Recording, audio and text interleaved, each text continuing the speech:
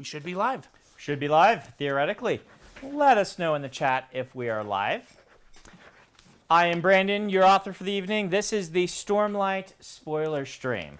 We are going to be allowing questions in the chat that spoil the Stormlight archive up to Rhythm of War, so including Edge Dancer and Dawn Shard. Please do not spoil other books even in the Cosmere. For instance, you could ask a question in this that might be related to Thydakar, right?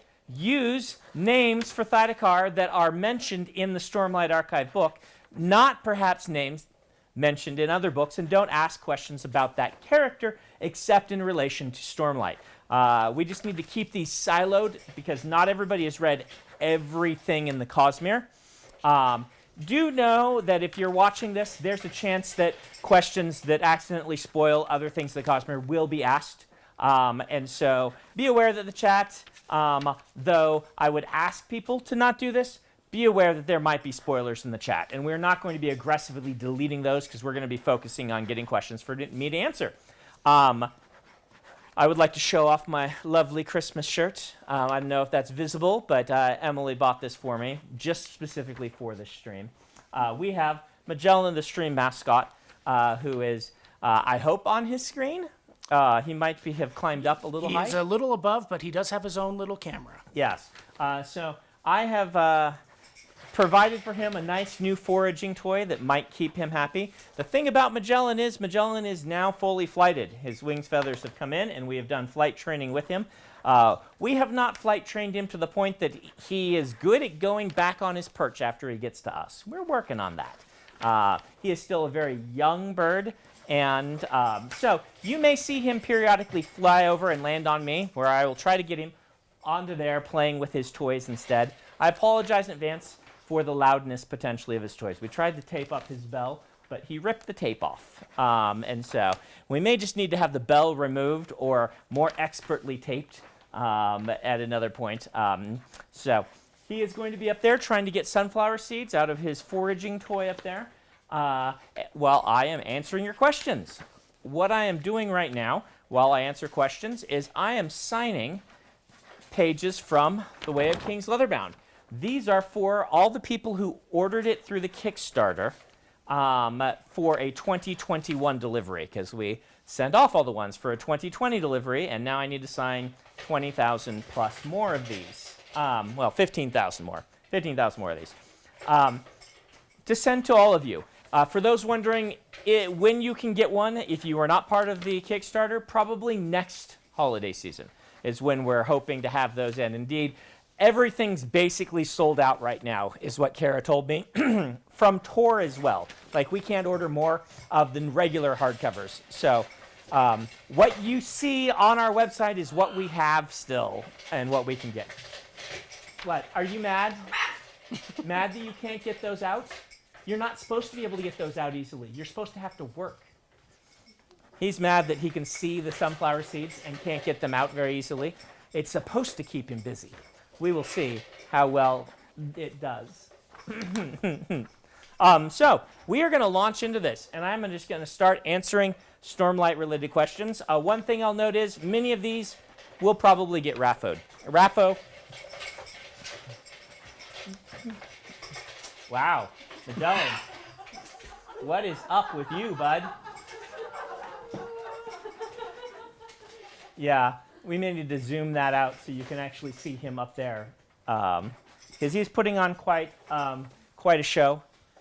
Yeah, you are so mad you can't get those out. Maybe we'll put on your puzzle toy in a minute that you know how to open, and you can show off how you can open that and get the nuts in that. Raffo can mean many things, despite the definition being read and find out, or the meaning of the acronym. What it actually means is either, that's a good question I don't want to answer right now because it spoils future things for the Cosmere, or that's a question I don't want to answer right now because I don't have my notes in front of me, and it's possible that I won't answer it with the depth or clarity that it should have. What? Hello.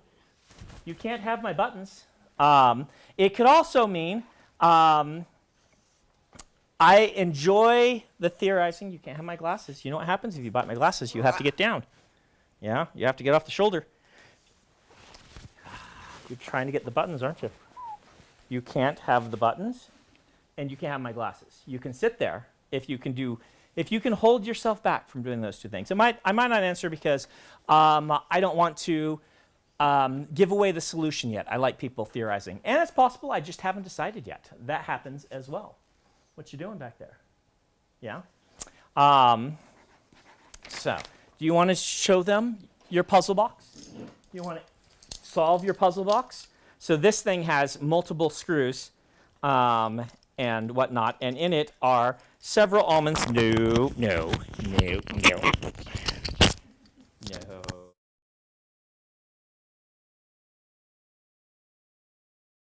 Several. He is very excited. Okay, come on. Sorry, I just turned the mic off in case there was loud noise, so Yep. there was a little bit of an interruption. Yeah. Okay, there you go. Can you solve that? All right.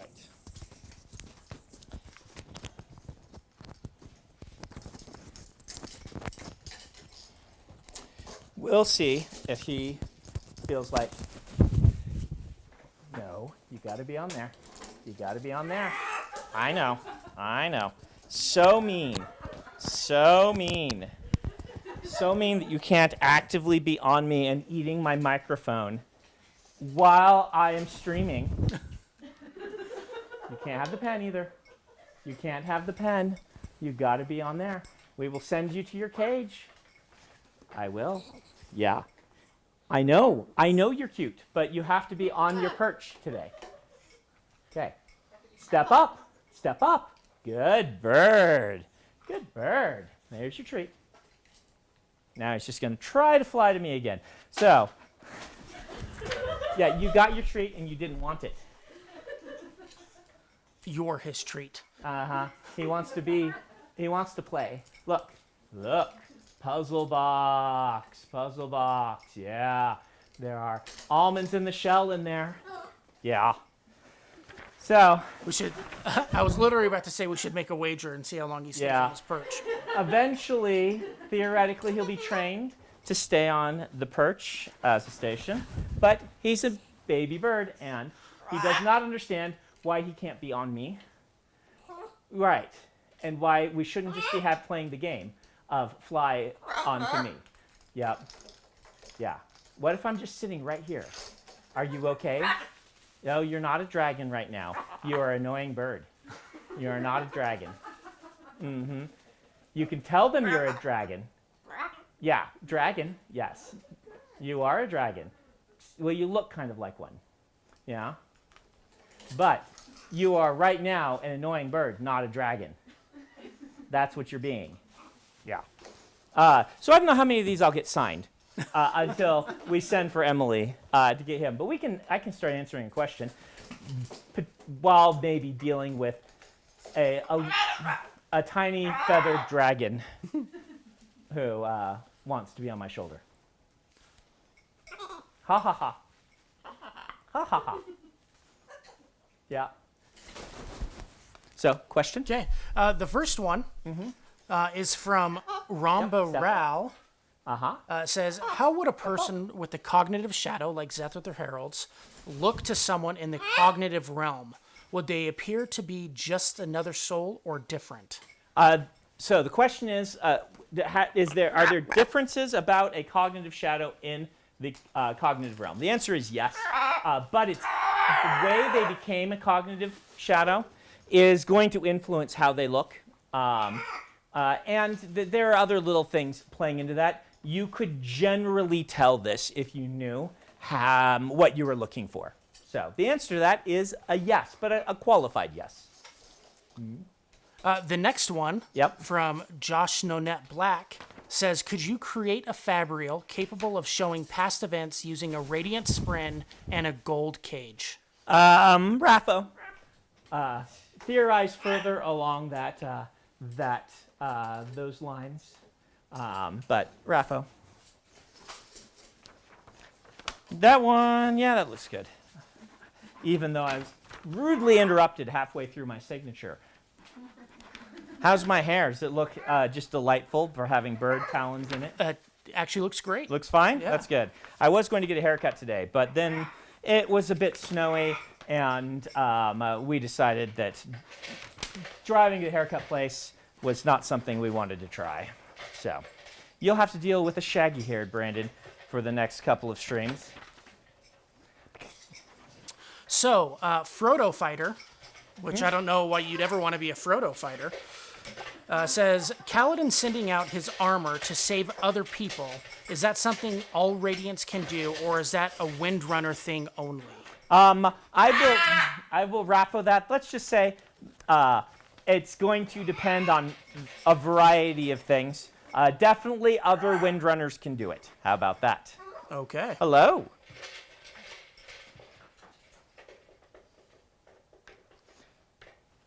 And if the bird annoys you because of his loudness, we will send him away after a little while. I think there are an equal number of people who will enjoy him making me flummoxed by being his delightfully baby bird self. Yes, yes. Yeah, I know, but you need to be better at staying where you're put. Look at all the toys I gave you. You have 2 toys. No, you... Are you a dragon? Dragon. Yeah, you are a dragon. Good bird. He's getting really good at that. Yeah. Yeah, his pronunciation is really improving on that. He doesn't really want the nuts. He wants buttons and things because... Buttons and attention. Yeah, you are a dragon. Uh-huh. Yeah, can you use the Force? Use the Force. Oh, wow. Yeah. Can you use the Force? Use the Force. Good bird. Good bird. Yeah. Yeah. Yeah. Uh-huh. Yep. Uses the Force and talks like a droid. Yep. He is. Yep. He does use the Force and talk like a droid. The one that he's learned lately that we didn't teach him is he says "Mom" to Emily because the kids do. So when he wants her, he yells "Mom," and when he wants me to pick him up, he says "Step up," which is what we say when we are picking him up to get him to go someplace. Huh? And you are just so wired. Hello. You went out and saw snow for the first time, huh? It snowed on you. You did not like it. You are a rainforest bird. That makes 2 of us. Yeah. I also did not like it. Hey, I know you love those buttons, but we really need to have those buttons. Yeah. Oh, well. He got one. Yeah. Would some pens be you know. I mean, he has everything else up there. So. Yeah, he has everything else up there. He is just a toddler bird or a child-age bird who is very, very full of energy and doesn't want to play with any of his toys. He wants to play with the toys that I have, which are buttons and pens. It's the fact that I'm using them that makes him interested. Like that foraging toy he would normally just love, but there's too much going on here and he's too excited by it. So, yes. Isn't that so? Huh. You are a dragon. Yeah. So let's ask another question. So, Race Dog 2 wants to know if heralds are capable of procreation. Are heralds capable of procreation? Yes. Okay, that was easy. Not necessarily saying in the traditional way, but yes, heralds are capable of procreation. Other questions? Yeah, sorry, I'm trying to go through them. You're looking. As the I chat, can yeah. I can fill time. Yeah. Because I have What? They'll have fun watching him try to destroy my button that you got off. We're gonna have to like get coats that have like metal buttons tied on by I don't know what because he really likes to break metal. Like he has this same toy in his cage, and instead of biting into the blocks, he went and bit the metal rings off the top and dropped all the blocks to the ground instead of playing with them, huh? And you thought you were so smart, but then your toy was destroyed. And he's like, well, that's what I'm supposed to do with my toys. What else do we have? So, Marcus Mann says, you mentioned how fulfilling it was writing scenes you had planned years ago. Conversely, do you ever feel limited writing to Cosmere outlines you envisioned years ago? No, I've never really felt limited by that. If I feel a limit in what I'm writing, it's because it's not that the story is limiting. It's that I have another idea I want to get to that is wildly different. And I basically, oh, there it's gone. It's destroyed. Yep, broken into 3 pieces. Mission accomplished. Mission accomplished. Okay, go up here now. Look, look, look, look. Listen, hey. If you're wondering, his bites on my hands do not actually hurt. He is learning how to not hurt someone's fingers when they are holding on to them, and when he is holding on to them. So when I feel limited, right back, it is because I don't want to be writing in that world, right? And I've had to train myself out of that. One of the advantages, I know you're mad because I'm putting you right back. One of the advantages, all right, fine, pull one off, and then you can go back on your perch and play with it. One of the advantages that I gained by writing all new worlds when I was breaking in is that I got very good at hopping between projects. Yeah, there's not going to be any buttons left. But at the same time, that trained me to hop between projects. And so one of the hardest things about my early career was keeping focused on a series rather than wanting to do something new after each one. And now I work on a balance. When I finish a book, I get to go do something from a different world, a different thing. And sometimes when contracts come due, there's a part of me, or my own deadlines. I set the deadlines. And so it's not like I have anyone to blame but myself. There you go. You can see the damage. We will have to rebutton with buttons that are harder to destroy. This is an old jacket anyway. You guys have seen me wearing this for years and years and years. You're dunking it. That's going to make the button a lot softer. One of the issues is that I would write something and then come off of a contract, right? I'm like, all right, I'm writing Skyward 3 right now. After Skyward 3, I need to write Wax and Wane 4. And then I need to write Stormlight 5. And so I don't have any room in this current schedule. You've bitten them all off. There's none left. There's like half of a piece of one. That I can write something new. And that is hard on me. It's never that I'm like, oh, I don't want to be writing in Stormlight because the outline that I've come up before is constrictive. That's not the case. No, you can't bite my arm. Yeah, go. Get on there. Come on. Step up. Yes, step up. Good bird. You should play with one of these nuts. There you go. It's more that I want to be writing a new world. And I do have to temper that because this is all about the things you want to have done as opposed to the things you want to do, right? I want to have written a giant, awesome, epic fantasy series in multi-volumes that really explores a deep magic system and a deep set of characters. That is one of my life goals, and it is something that I want to have done. I want to have done that more than right now I want to write something that is not that. But it's where having a job comes in, where I have made long-term goals, and I say, I really want to write this. And so it is time for me to write that, or I want to have written that. And part of being a pro is training yourself to be excited about the project you're writing on right now, even if before you began it, you weren't as excited about it. This is partially, I have strategies such as saving 18 months between Stormlight novels. That's very, very relevant to helping me be more excited when it's time to write Stormlight again. When it was time to do Rhythm of War, I was genuinely excited to write it because it had been so long. If I'd had to do it much sooner than that, I don't know that I would have been. Jello, listen, we're going to have to figure this out. I need somebody to go rewatch all of this segment and see how many times Jello has jumped. Oh, yeah. This is... We need to figure this out. And create an over-under. Oh, yes, you are a dragon, but you are you're not a good bird right now. You are a dragon, you're not a good bird. Yeah. Hello. You want to be the center of attention. Yes. Everyone thinks you're cute. Everyone thinks you're a very good dragon. Can you go and play with your toys? Look, right here. You know how to do those. Show them that you know how to do those. Show them you can open that, okay? They'll think you're very smart if you can open that. Yes. That is not opening it. That is knocking it off because you wouldn't let me do it. The latch up earlier. Bird, bird. Bird, bird, bird. Yeah. He is, normally when I have him out, not quite this wired. This is the large crowd, new setting, getting lots of attention wired.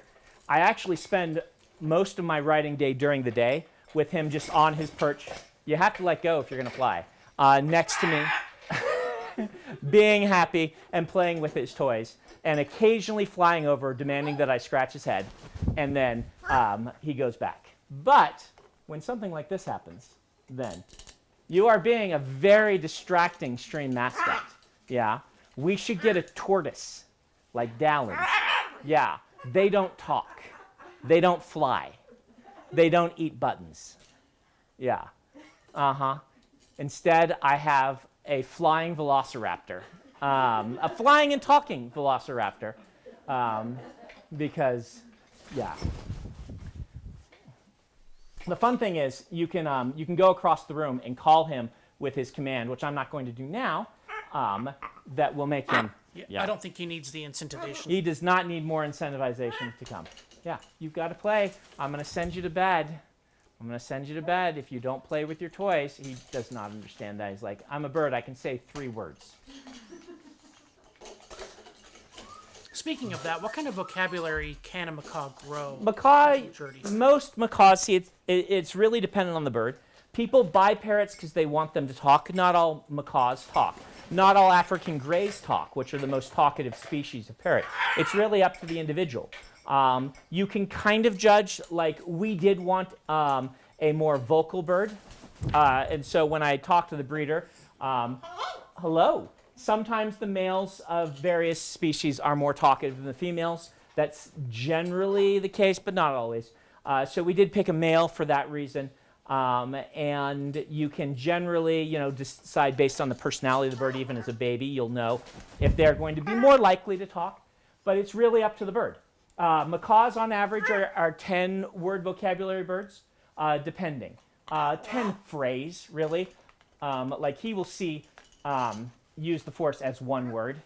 He's not obviously telling what the different words mean. Yes, he can learn the context of them. They can learn that, that if they want water, they can ask for it and stuff like that. But, so can a dog. They just can't say the words. Yeah, you've got a few more on there you can get. But, yeah, one of the things I need to do is to train him to stay in place and train him to self-entertain with his toys. And I might need some bird experts on that because my previous birds did not need as much encouragement as he needs in order to play with the toys on his perch rather than the toys he sees that I have. So we'll see about that. We'll see if we need to call in some expert help. You guys on the stream might get to watch over the years to see if he gets better at this, which hopefully he does, so that he can actually be on a stream again. We knew as soon as he could fly that this was going to be a problem. And look. Yes, you have to go on there. Yeah. Oh, not the microphone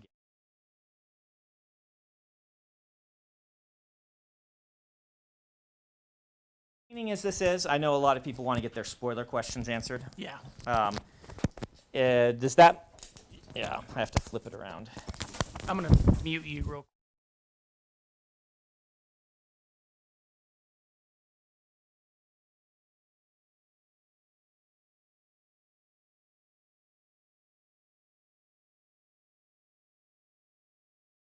On. Back on. Okay, you're back on. Mic working right now? Mm-hmm. Good. Because he got a good bite on it that time. So. Well, it's at least registering in my ears. If you can't hear Brandon, let us know. Hello. Yeah, you're being a very good dragon today. Can you use the force? Good bird. Good bird. And Emily is on her way. That is the reason. One of the reasons to have a parrot is that, and also the high trainability. Like I have mentioned, I think on the stream before, they're actually very dog-like in a lot of ways, except they can fly. which if you can imagine training a puppy, for those who've had puppies, if your puppy could fly, the issues that adds in training a puppy by having them be able to fly and be able to talk to you. Yeah, see, he just wants some scratches right now. You pet a parrot by giving them head scratches, which imitates the ways. No.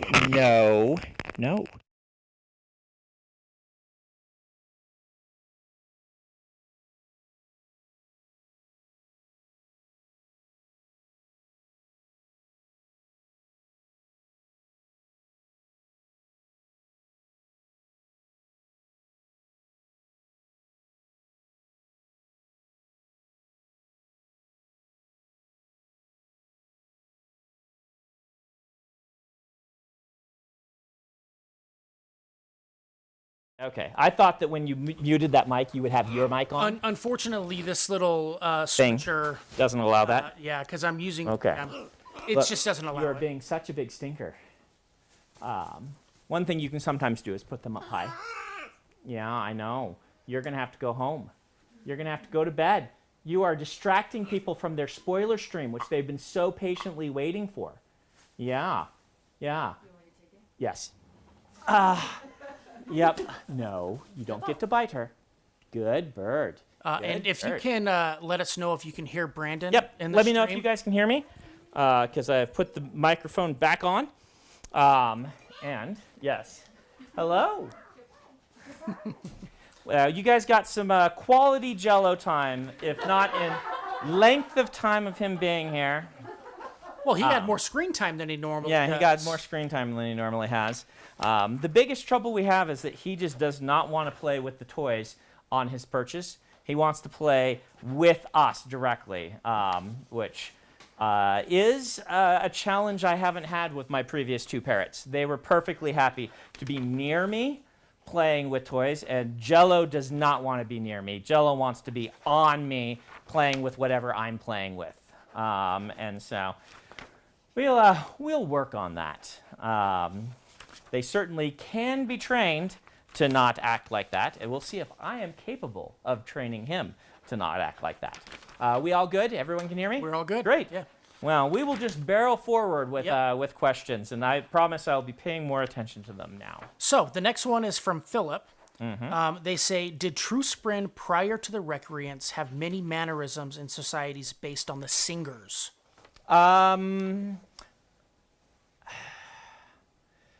So, this gets into tricky sorts of things because there's a long history to Roshar. And so when you ask a question like this, the question becomes when, right? There is a time when the Spren were mostly focused on the singers, right? But I mean, there's a time before humans arrived when they were fully focused on the singers. And so the answer to that question is yes, but I don't think that's what you're asking, right? I think you're asking during the years of the various returns and things like that. And the answer then would be no, not in large quantities. What is happening here with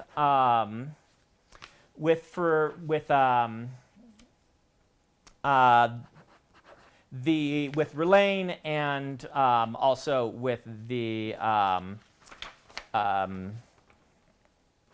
Venley in the crowd, right, is all kind of new ground for both them and the singers, both the Spren and the singers. There you go. Tom says, at any point in the Rosharan history, was it possible to form a nail bond without swearing oaths? Was it possible? So Nahel bond is the phrase used between a bond for a bond between a Spren and a being from the physical realm. That is the definition of it.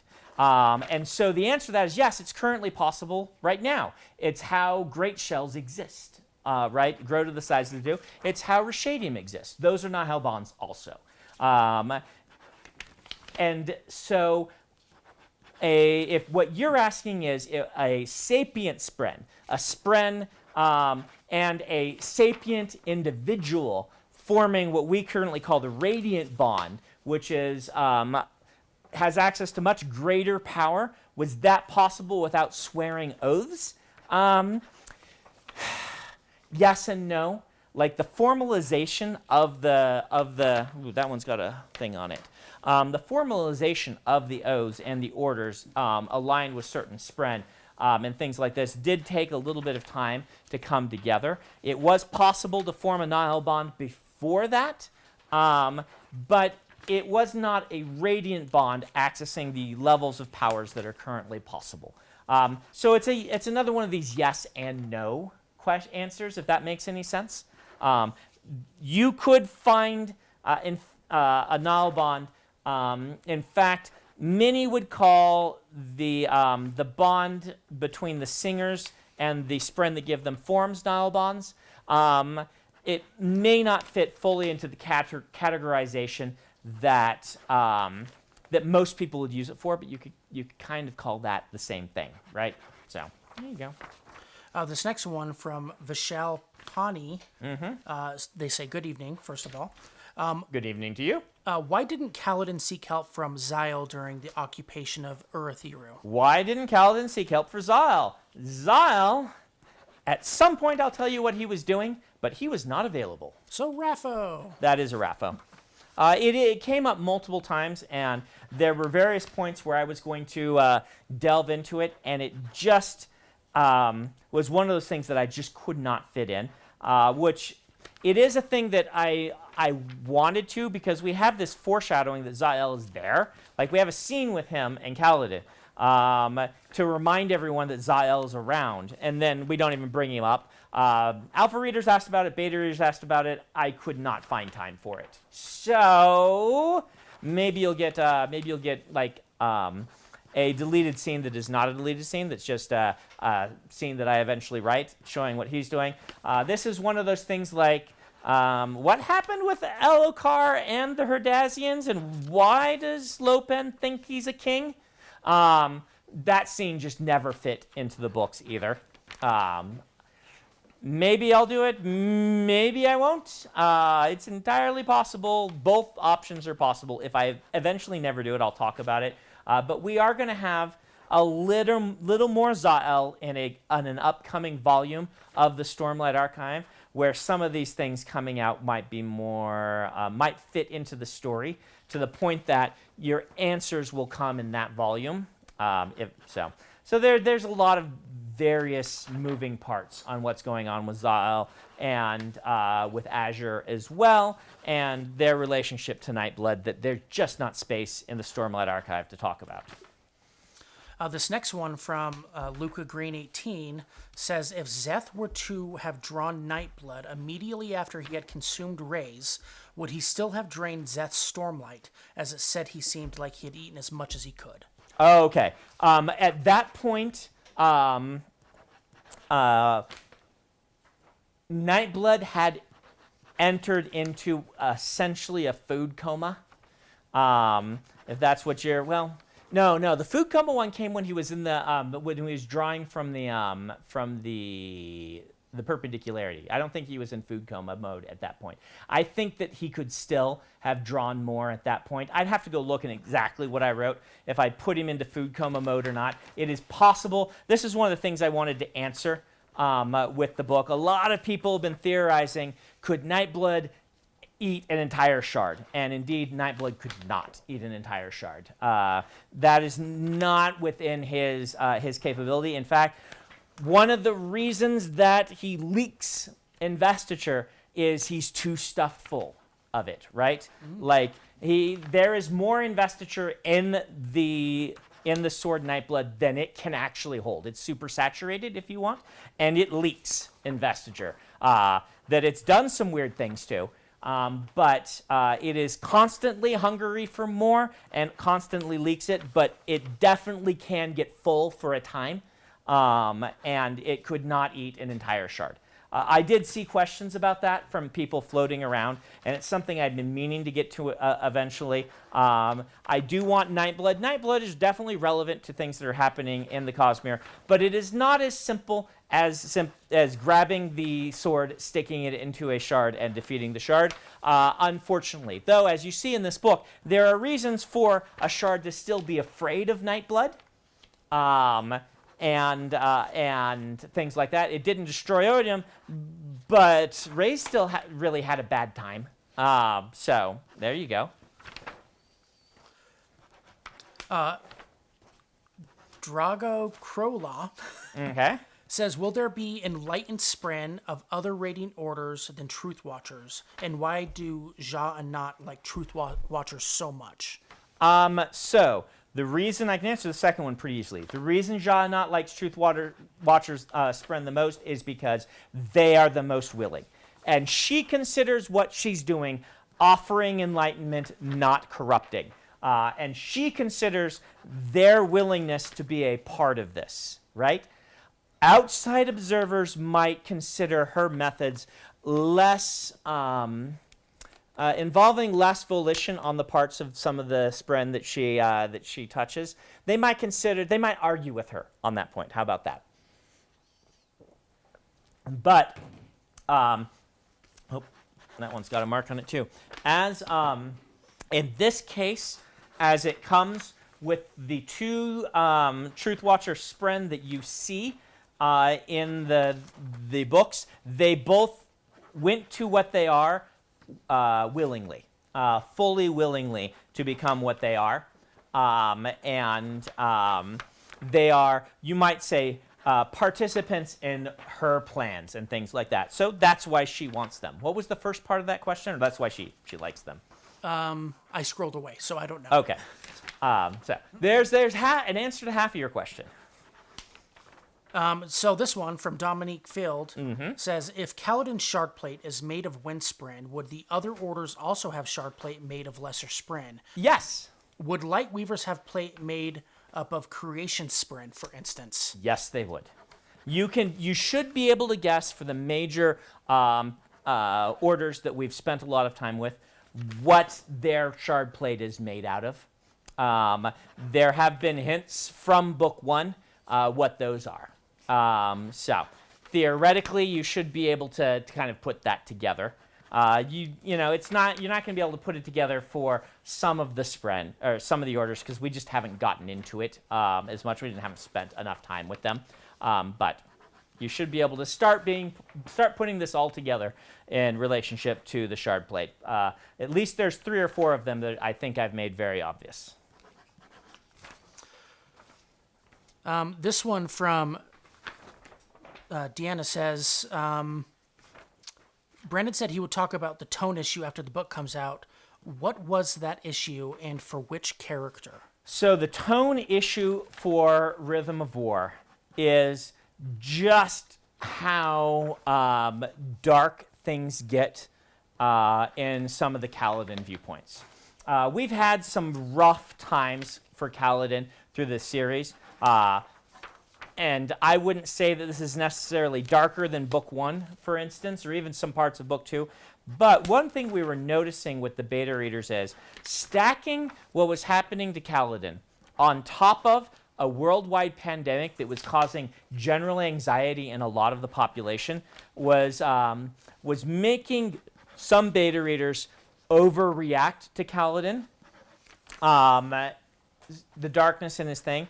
And at the same time, I thought overreaction is the wrong term, right? It's the right reaction for them. It's not that they overreacted, but it reacted stronger than I think people would have in another year. And this left me with the kind of difficult choice of, is this an actual tone problem with the book? Or is this a function of the fact that everybody's really stressed right now? And I decided to walk a middle ground between this. I decided that even if it was a stronger reaction, there are things I could do that would just generally improve the book that wouldn't make it worse, but would also help with this issue.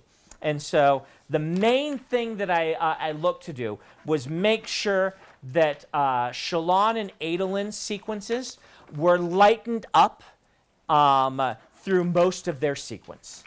Even though some tough stuff was happening with Shallan and her viewpoints, particularly at the beginning, I wanted to back off on, what do we got going there? Is that? It's a sugar glider. Oh, it's a sugar glider. That's okay. Sugar glider's fine. If we hear a sugar glider, we love that, okay? I thought someone was spinning a fidget spinner. Look, we just had a giant macaw flapping around, ringing a bell, and eating our microphone. The sugar gliders are delightful, right? So that's a noisy sugar glider. I don't know if you guys can hear that, but that's a nice accompaniment to the stream. We just have all sorts of animals. So what I mostly did was I added a few more scenes with Shallan and Adolin that were not necessarily, that were more, let's investigate a mystery, let's problem solve, but not, oh my goodness, everything is wrong with Shallan. This is really stressful, right? This doesn't include the Starsprint scene. That was already there. But it does include, there's, I think it's the second Shallan viewpoint in that part where they're crossing the ocean. That second Shallan viewpoint, or maybe the third, there's one in there I added specifically to be like, let's show some healthy relationship stuff going on, just to balance out the fact that stuff's really dark over with Kaladin and whatnot.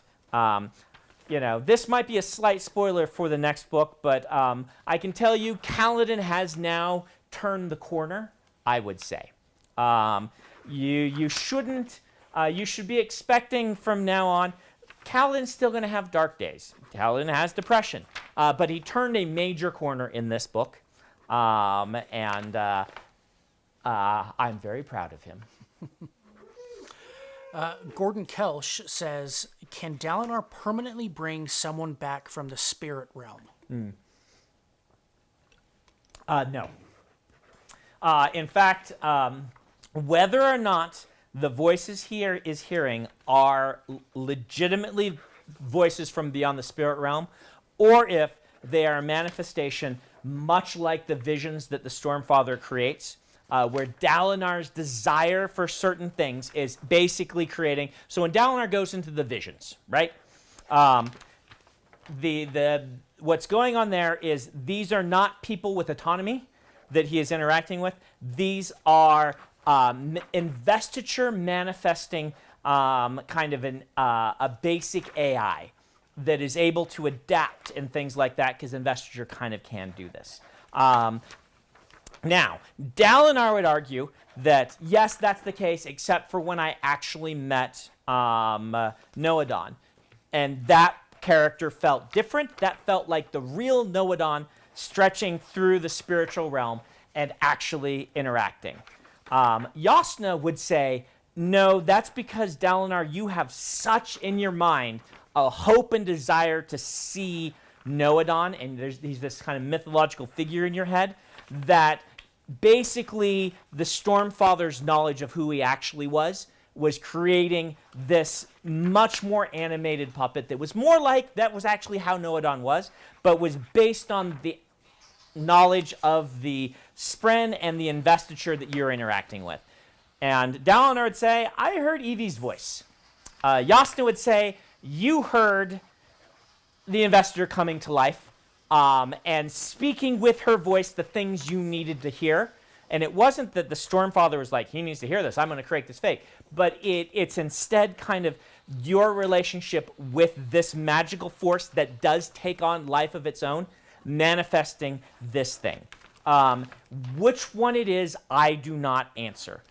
Both are, I consider, equally valid interpretations of the text. And equally valid interpretations of the magic system. Once someone is passed into the beyond, there is no force that can bring them back, according to the people's understanding of the magic system. There is even the argument that cognitive shadows are not the person, right? That the cognitive shadow is indeed a spren with the memories and an imprint of the person's personality that is become self-aware and continued on living that person. It's kind of the same question that might arise, it rises in Star Trek, right? When you are ripped apart and rebuilt piece by piece with the transporter, some people in Star Trek do not believe you are becoming the same person again. You are then a different individual who has been cloned from the person and had the memories attached. Functionally in the narrative, for the reader, it's the same, right? Is it the same soul or not? And that question's answered differently by different people in the Cosmere, and there are equally valid interpretations from the reader, right? You get to decide, basically. You get to decide, just like if there's a story where a person's brain is uploaded to a computer, you get to decide, is that the same person, right? Because we can't do that. We don't know. Is that the exact same individual, or is that a computer simulation of that person where the person has died? That's what a cognitive shadow essentially is, but using Cosmere physics instead of theoretical science fiction physics. Paolo says, did Odium destroy some of Wit's breath, or did he mess with it in some other way? What Odium did to Wit could be noticed. So there is there is something missing there. And so it did not leave, it left an imprint, something noticeable, and he did actually remove and excise a little bit of breath.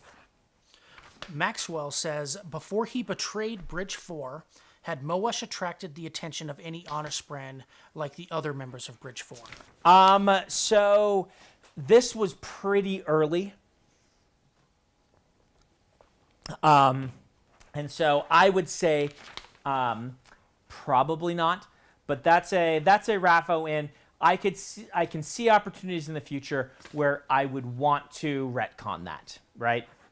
And so I don't think he did. I don't think most of them were attracting Spren until middle of Oathbringer, or early in Oathbringer, when we actually had kind of a mass influx of honor Spren who decided not to follow the rules and kind of as a group came looking for Knights Radiant.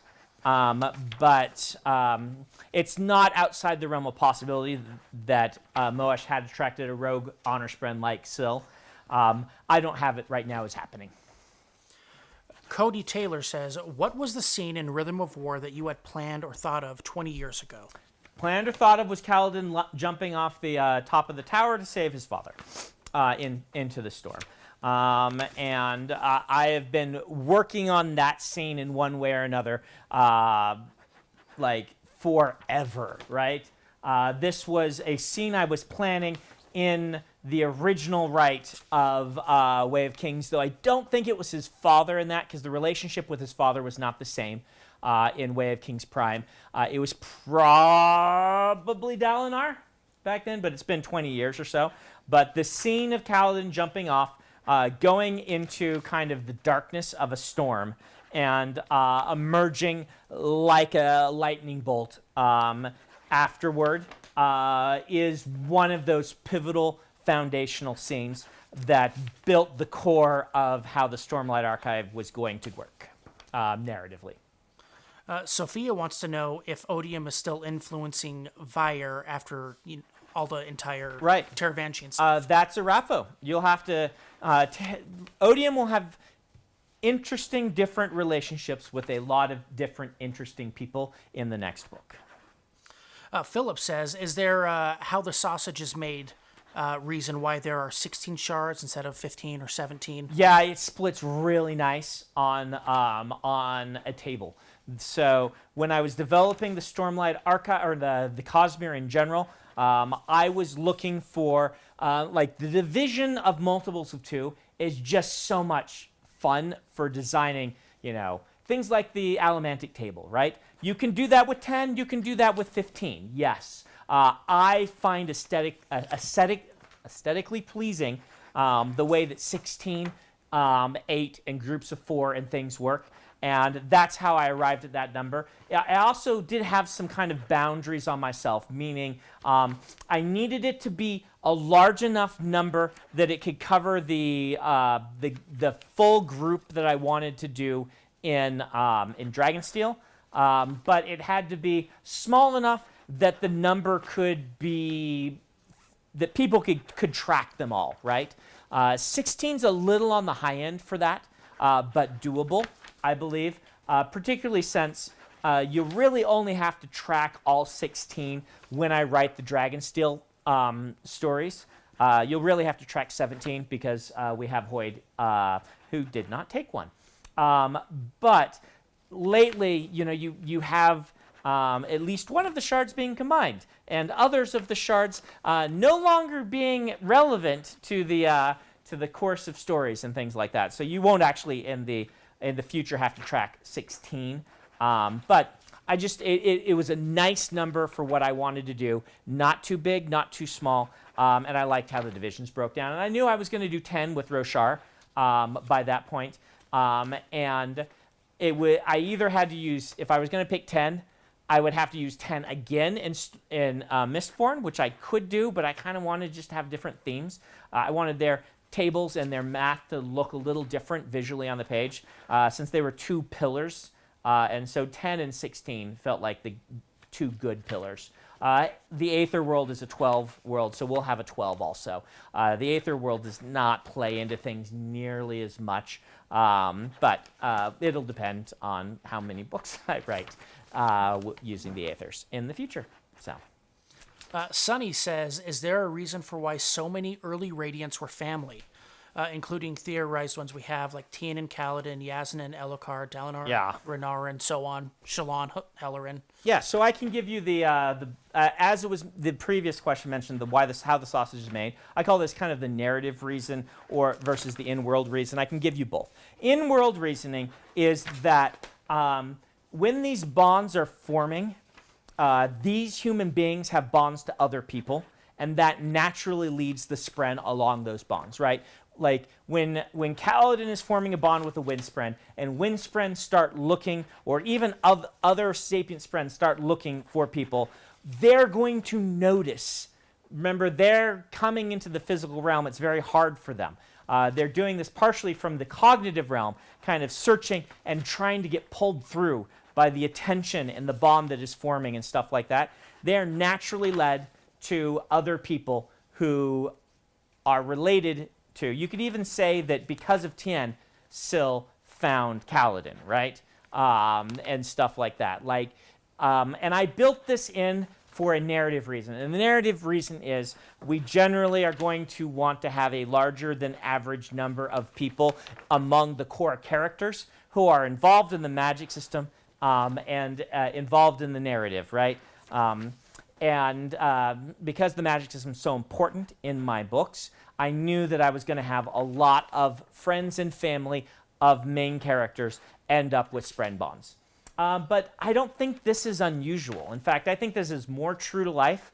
It's not one of those coincidences we make up for a book. It's one of those coincidences that happens in life that seems unusual, right? It seems unusual if you look at it and say, wow, there are 3 people who became full-time in the publishing. Well, there's more like 5. There's 5 people who became full-time in the publishing industry during the year Brandon was a senior at BYU. And they are all friends. In fact, they were all friends before they got published, right? This seems unusual. Like, why didn't anyone else? There is nobody else that I know that broke into the industry from that year. Maybe it happened, but nobody I know who wasn't in our immediate friend group. Well, this is not that surprising if you actually look at it, because when one person breaks in, it becomes so much easier for everyone else that knew that person, not just for networking reasons, right? Networking reasons, obvious. The other obvious one is the people are going to know each other because they're all going to be moving in the same circles, looking for each other without knowing it. They're going to be looking for other good writers, and they're going to be making connections with them. They're going to notice when people ask questions in a class that are the right kinds of questions to be asking about getting published. But even beyond those two things, once I broke in, Dan Wells has said before, Brandon, he's like, I realized, Brandon did this. This is real. He actually did this. I can do this. And indeed, he went and broke in. And once this thing that seems impossible, whether it is becoming a full-time novelist or forming a Sprenbon and becoming a Knight Radiant, once you've seen somebody do it, it becomes way easier for you to conceive of yourself doing it. This is why, C.S. Lewis and J.R. Tolkien were in the same writing group, right? This is why you see this sort of thing happening all around the world and in all sorts of professions, that people who were friends together, like every time that people are like, wow, these three major Hollywood stars knew each other in high school. Well, yes, that is actually more likely to happen than not because of all these reasons I've talked about. And that really makes sense to me as I think of professional sports. Yeah. How many are siblings? How many are childhood friends? So that's interesting. Flanny Buns says, how can splintered Scions like Mraises leave their planet while Spren cannot? That is a big mystery in the Cosmere, so it is a Rapho. This is actively, like, the answer to that question is a big step toward doing what Mraize wants to do, right? And they haven't figured it out yet. There are lots of theories. And indeed, Elantris and its magic systems tend to be the oddball among Cosmere magic systems in a lot of ways. This is all related to how things work and the various things that are odd about the Elantris magic system. And so I'm going to raffle that with a, why don't you theorize along those lines? And they are trying to figure it out, and obviously they do, because, spoilers, I have read things that indicate this is possible in the future. They just don't know how yet. I'm not going to pronounce her name, but they say, what does it mean that Kaladin is close to honor? And how did that factor into him staying conscious while every other Windrunner in the tower didn't? So the nuts and bolts answer is Kaladin basically was in a place where he could say the next oath and should have said the next oath, and indeed knew the next oath, and it was on his tongue, and he refused to. So basically, he was as close to being of the next level of Knight Radiant as a person could humanly get, because everyone considered him ready except himself. And indeed, he was even knew that he was ready, but that by saying it, it would require him to give up something that was precious to him, which is his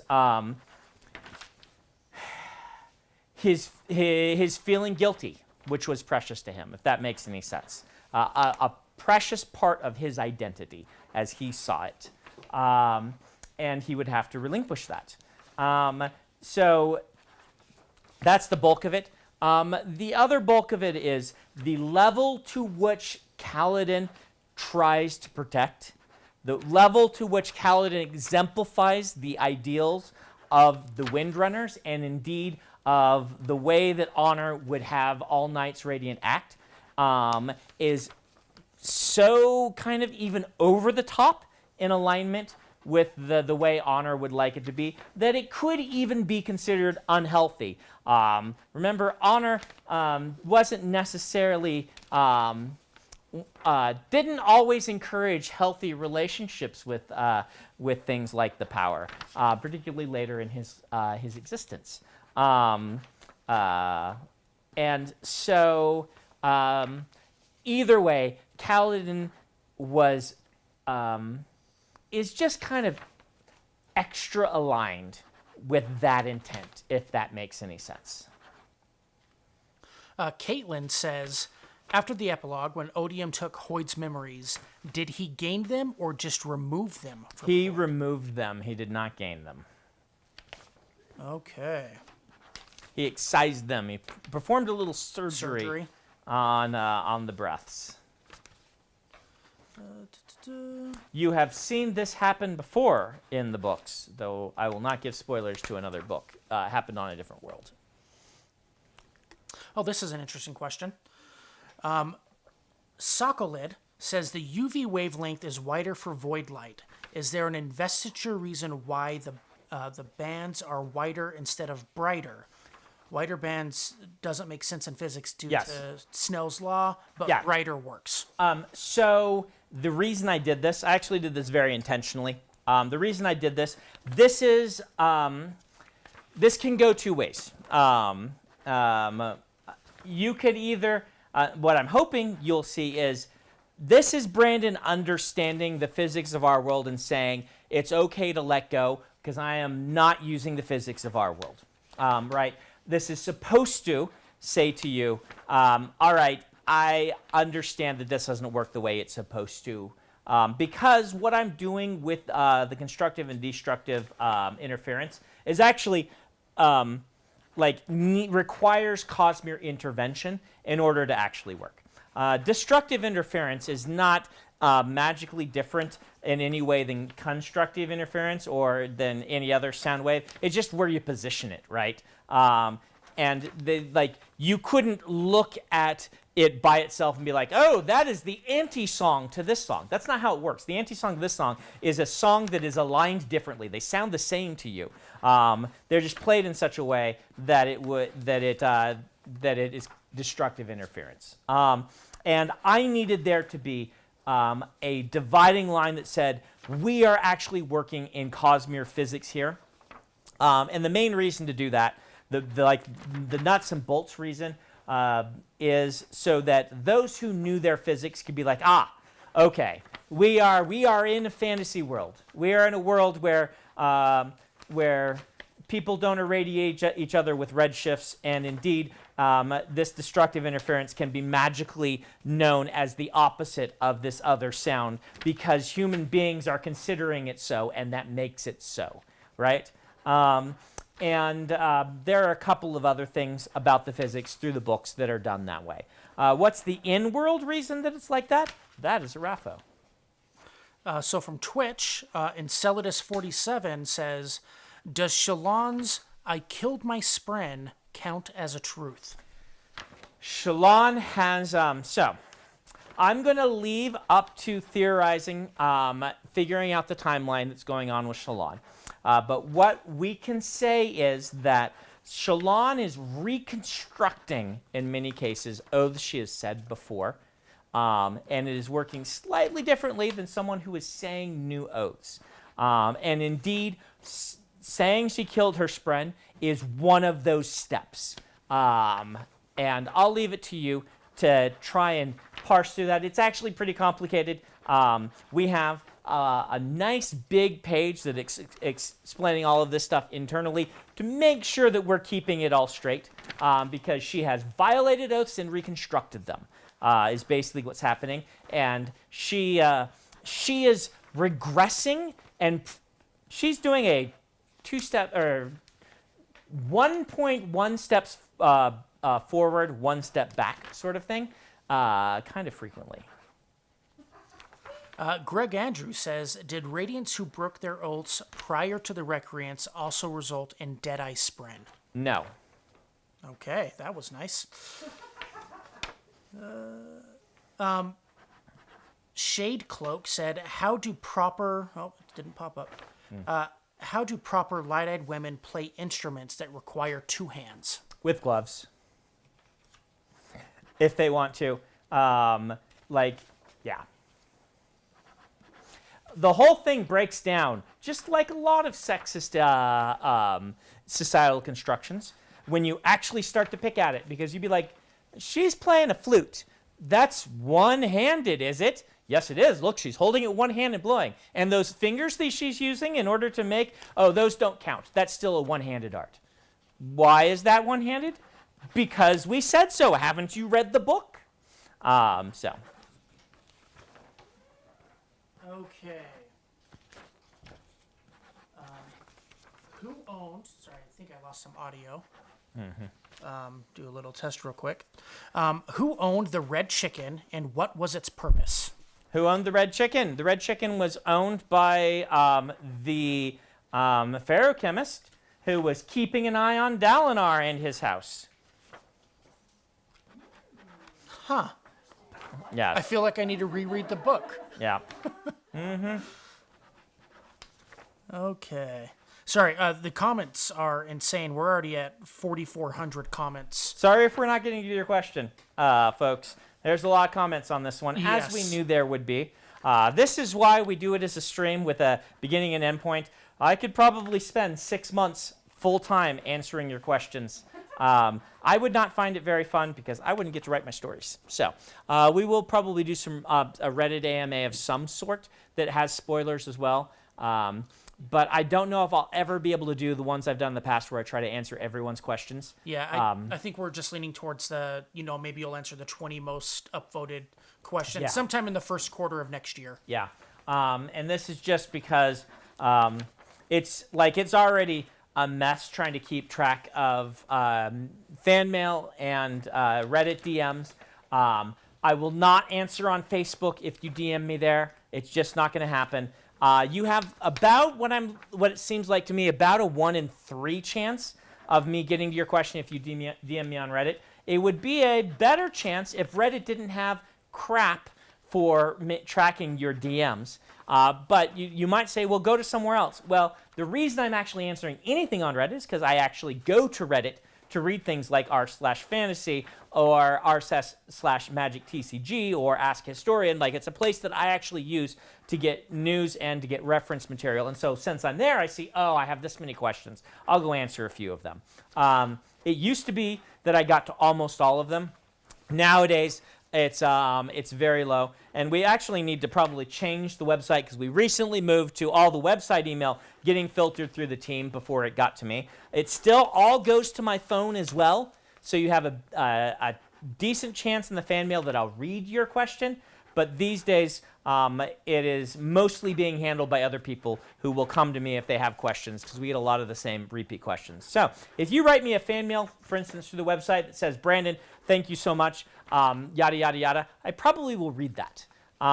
If you write me one that says, Brandon, hey, can you get me this book for my fiance's birthday? That's probably going to be seen by me, and my brain's going to say, okay, Mem will handle that, and they're going to take care of it. It's just become too much for me to handle.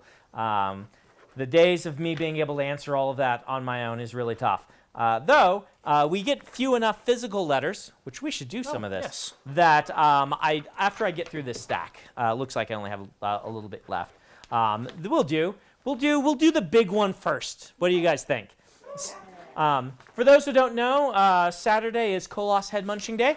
One of the finest holidays in the Cosmere, which coincidentally happens on my birthday. And so we also put up a big thing called the State of the Sanderson, which is actually going to go live tomorrow instead, because people tend to like to get those things during weekdays, because we all know secretly you're checking these things at work, which honestly I don't think is a problem, right? Like, the way that human beings work is in bursts of productivity with self-guided bursts of recreation in between to let their brain relax. And so I think it's very natural, but we will post it so it's up. Adam, what are you thinking? Tomorrow sometime? Tomorrow, 9 or 10 a.m. 9 or 10 a.m. Our time, yeah. You should get the State of the Sanderson. But that means that some very nice people have sent me birthday gifts, which you totally don't need to do. But now that we have a P.O. box and things, it is actually something that people could do. Yeah. And I'll put the address up in a second. Yeah. And that's the State of the Sanderson is on Brandon's website. It's Yes. not a newsletter. Yes. Though if you're not signed up for Brandon's newsletter, you're missing out on some awesome content. Yes. I wish I could throw a screen. Yes. Something up there like all the. Yes, we streamers. try to take very good care of our newsletter, because newsletters are one of those things that it's the only way we have to reach you that doesn't depend on somebody else's platform, right? like, yes, we can reach you through the blog, but we can't actually reach out to you. And so we try to make sure the newsletter is always full of good content, not just, hey, Brandon's got a book out, go buy it. But everyone is usually, hey, Brandon's got a book out, go buy it. Plus, here's some fun stuff. Because, we do want to let you know when there's a new book out or something like that. That, and I like to do giveaways. Yes, Adam we just does recently do did a giveaway of a handful of Rhythm of War arcs that were all signed, Yep. including a shield from Forged Foam Yeah. for the grand prize winner. So, which was really interesting. Actually, no one in the U.S. won. No one in the U.S. won. Yeah, we paid a lot of Belgium, shipping. a couple from Canada. Yeah. Yep. We work hard on making our newsletter value for you because we appreciate the fact that you let us send you emails directly. Mostly, I consider it one of these safety net things, right? For instance, the Kickstarter is in a way a safety net thing. Even though it depends on someone's platform, it is one step more independent from relying on Amazon or the publisher, which I still rely on Amazon, the publisher. I like how the publisher works. They're a good companion and partner. Less thrilled with Amazon because I would like to think that that my books are something you can read without having guilt that people are being exploited to read for you to get the books. And I am not confident of that when so much of it is happening via Amazon. Let's just say that. But the newsletter is a way that we can reach you directly because most social media sites, and I don't know that I blame them for this, but require payment in order to reach your audience effectively. And we don't generally pay that because, while I can appreciate that they need to make money, I don't think that was part of the deal they promised me when I went and got a fan page with Facebook. And so, regardless, let's open the big thing. I'm going to stick on a mask because we're going to have the team bring it. I have not seen this. They promised me it was cool. And a card came with it. Let's make sure that we have that at hand Yes. as well, so Brandon can read that. This is a reveal for me also. Yeah. Okay. A long time ago in a galaxy far, far away, you were born. Hey, I am old.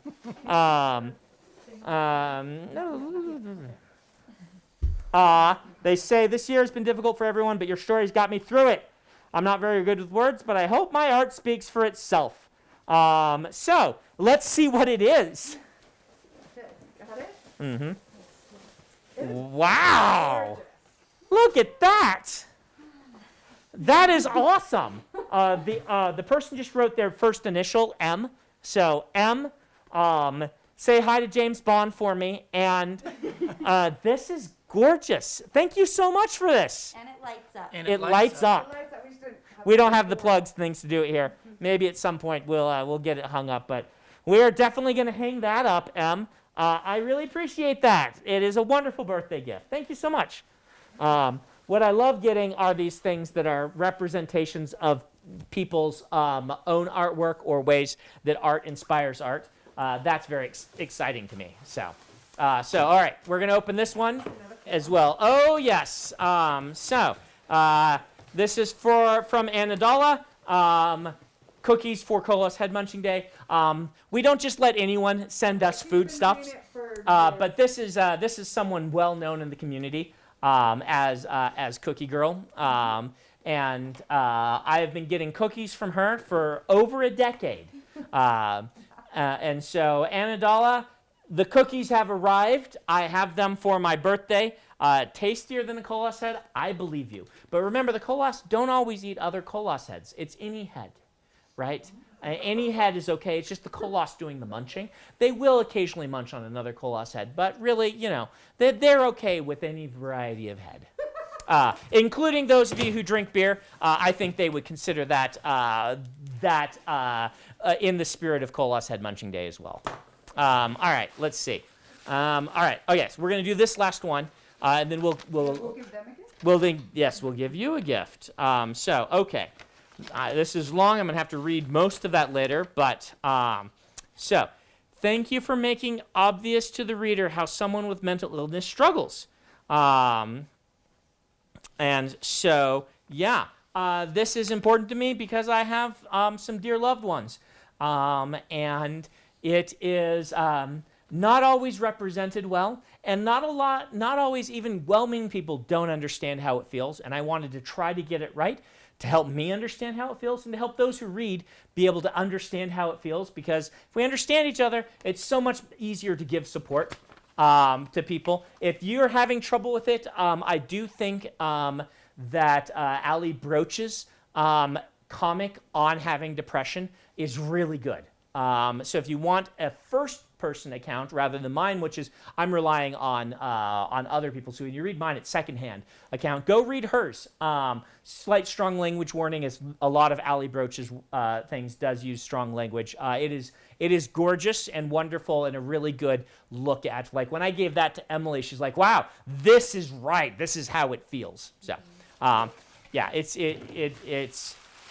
great. And so this was from, what's the first name on this? This is from Jordan.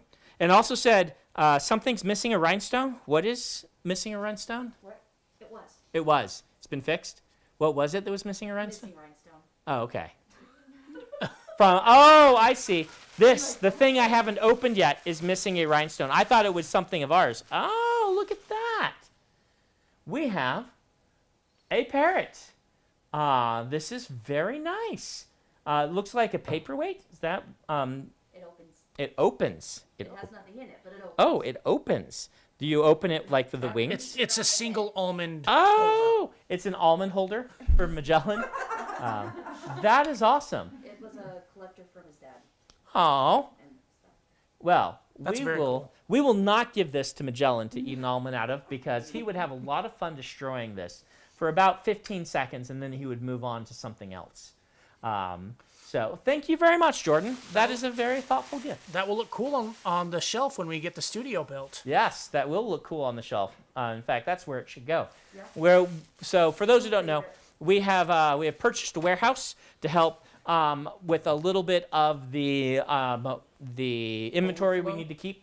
And so some of that's going to go from the warehouse rather than this, which is what we call Cosmere House, which is the house next door to my house, where we do a lot of our work, like where Adam has an office and things like that. And once we move some of the warehouse items out, this little section down in the basement, the corner here that we do filming in, will turn into a studio instead.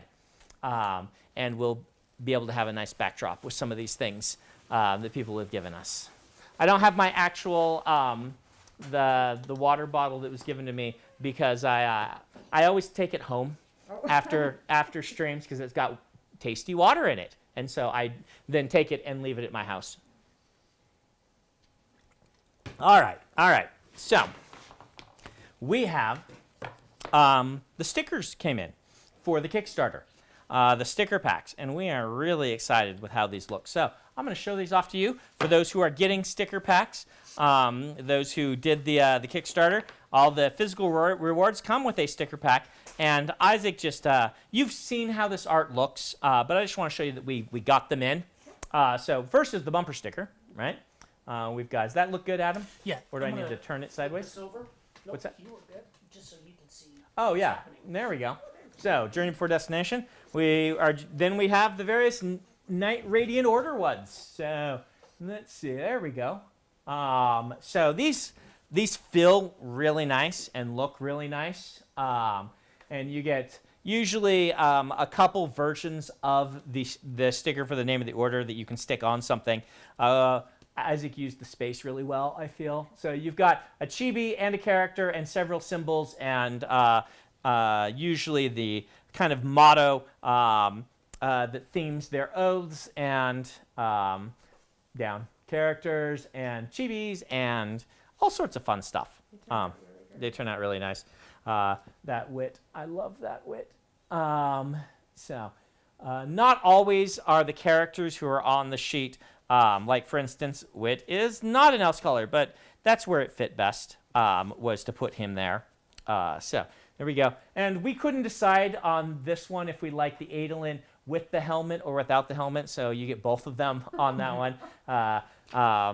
Your chibi Adolins. These are done by Ben McSweeney and Isaac Stewart. Ben did most of the line art, and then Isaac did some tweaking here and there for the colorization of those. And so I like the color scheme on this one the best, though. Not as many of you are picking Dustbringer as other orders, very understandably so. Later on, you'll be more happy to be a Dustbringer than you are perhaps right now. But Spoiler alert. yes. Well, that just means there will be more of them on screen. Yeah. Yep.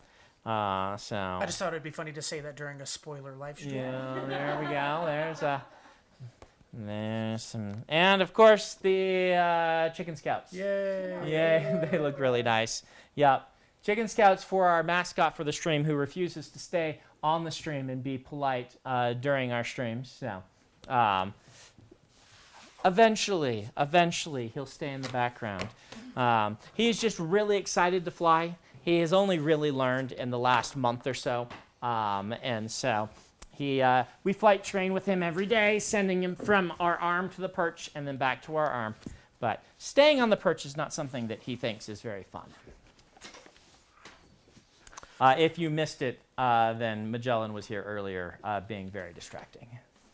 It's worth a rewind if you Yes, missed it. it's yes, yeah. He did say both of his cool little phrases for people though. Better than I've ever heard him say. He's getting really good at both use the Force and Dragon.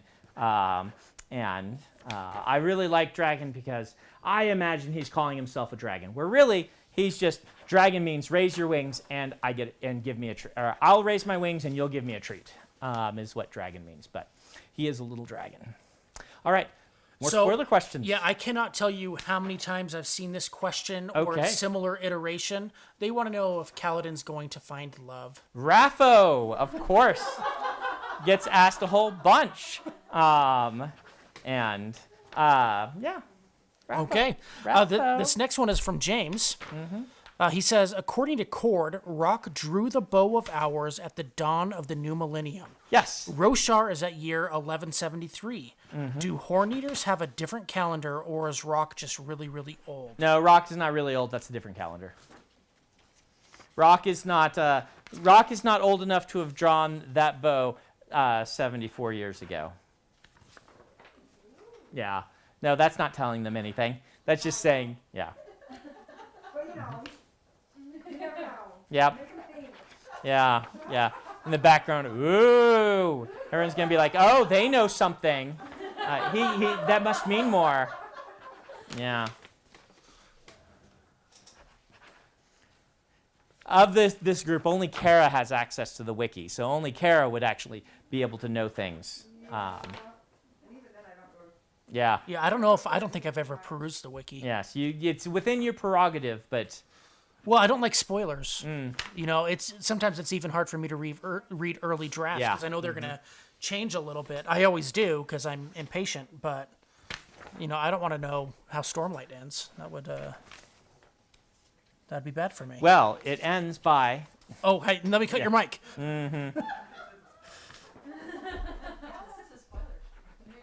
Okay, sorry, I'm just going through the spoiler mini for questions. the entire Stormlight archive, which means Brandon will answer. No, he will not. Kara, do you want funky-looking signatures taken and put aside? Maybe. I'll have you look, and you can decide if that's funky-looking enough. Okay, let's see. Only for this wave change. Yeah. Sorry, Once everyone's in a while, still talking about the stickers where I am. So. Once in a while, I mess up my own signature. Can't write my own name. I can't even write my own initials without messing it up. I'm just going to scroll up and go earlier in the stream. Yeah, but then you can scroll down. Yes. A Tyrannosaurus. Can't say that very well. Yeah. How many truth has Wit currently spoken? Or Raffo. which ideal is he at? Okay. Raffo. Yep, that's definitely Raffo. Brendan Morgan says, can a shard make anti-investiture for the shards? Can it make its own anti-investiture? Rafa. I'm not going to answer that one because I think it's obvious.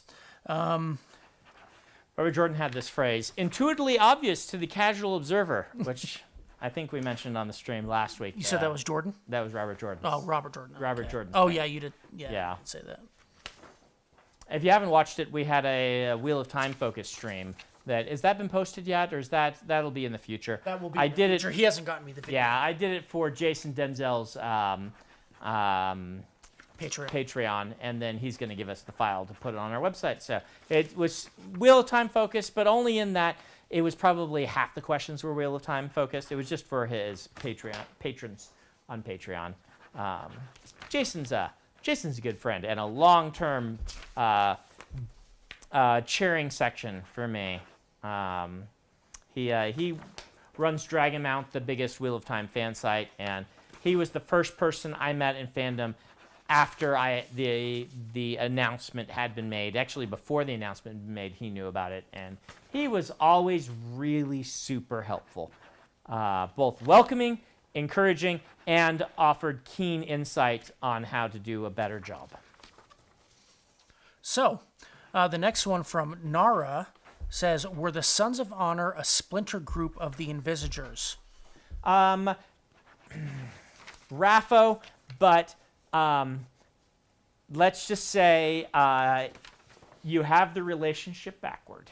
And the other one, oh, okay. And then what about the Seeley Invisitors Kaladin saw while flying with the storm? Raffo. Okay. Yeah. Okay, James says, can the Voidspren bonded by the Regals be killed and become Deadeyes? Okay, Voidspren bonded by the Regals. Right, okay. I'll wrap with that for now because you don't even, yeah. I haven't gotten into the mechanics of the Regals nearly as much as I want to eventually get into it. So, let's just say something weird is happening to make Deadeyes. Oh. Yeah. Interesting. Okay. They didn't exist before the Recreants. There should be a relationship here that reminds you of something else you've seen in the Cosmere. How about that? If you have read the other Cosmere books. Kimbabhi says, is it possible to surge bind using gaseous investiture other than Roshar's? Yes. So here's the thing. Surge binding depends on your definition of surge binding, right? Surge binding would be the Rosharan definition of all of the magics. They would call the metallic arts, if you want, they would call that surge binding.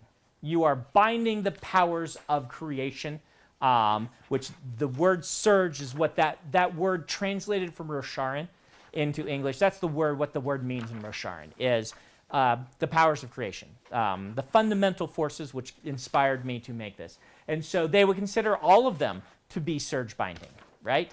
And that's just what you're doing. You are binding and using those powers. Other people, including Chris, would not agree with that definition.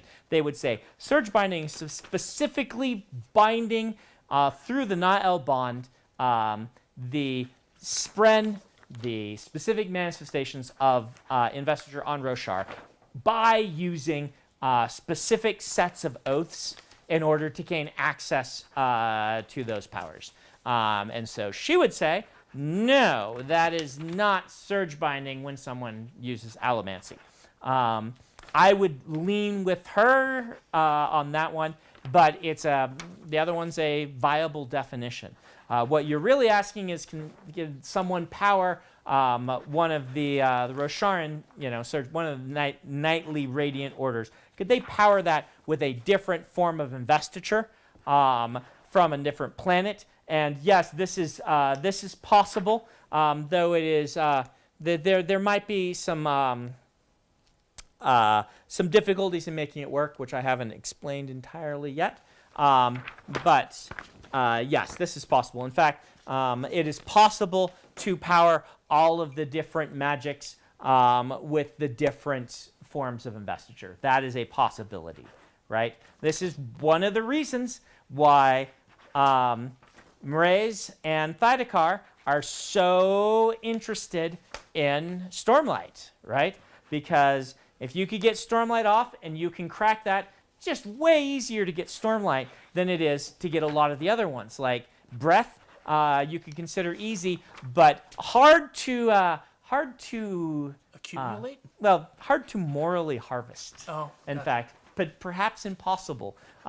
If you want ethical, sustainable magic, then Roshar is a much better bet than some of the other places that you could, So does that mean that Mraize and want an ethically sustainable? They're really interested in the sustainable part. Okay. Really The interested. ethical is the The part of the question I would say that they both would say yes to that question, right? And they would consider their actions to be on an ethical spectrum, at least in the neutral area, perhaps. Others would disagree with that, but yeah. where would they fall philosophically speaking, like Kantianism or Yeah. categorical imperative? Right.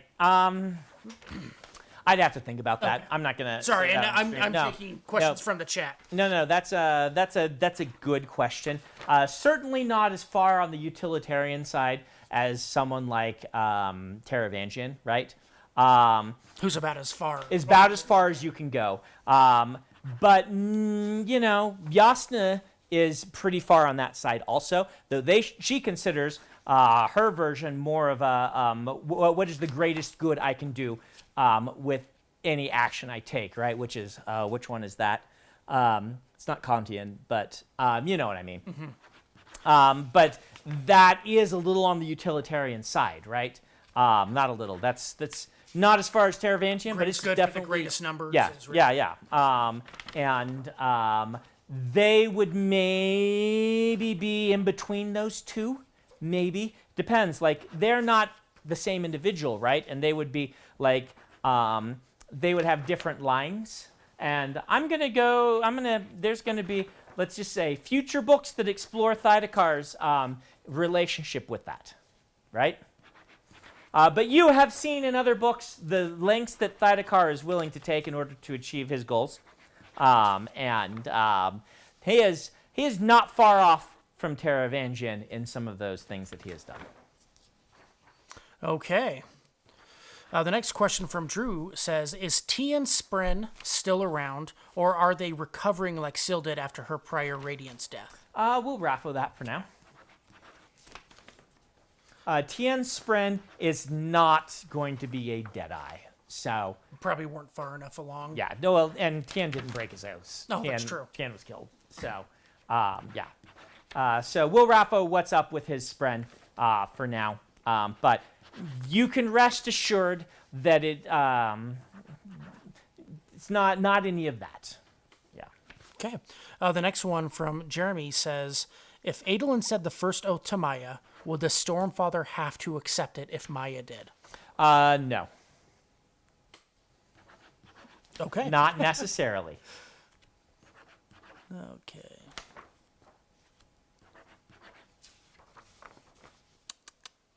Sorry, everyone. There's just so many comments. Yep. There's more going on here. Even if Maya would, does he mean the oath? Is he wanting to be part of that order? There are so many things in that could prevent, and even would the Stormfather be the one answering in that case, which would probably be a no. But so all kinds of versions of no to that question. Though it is a good question, certainly not a bad one. So Ashaman Rich, says, why was Kaladin called Stormblessed even before he became Radiant? He wasn't surprised that people called him Stormblessed before the High Storm. So Stormblessed, I don't use it very often this way because it would be confusing. but is a not unheard of term for lucky or blessed in Roshar. An antiquated one, but not unheard of.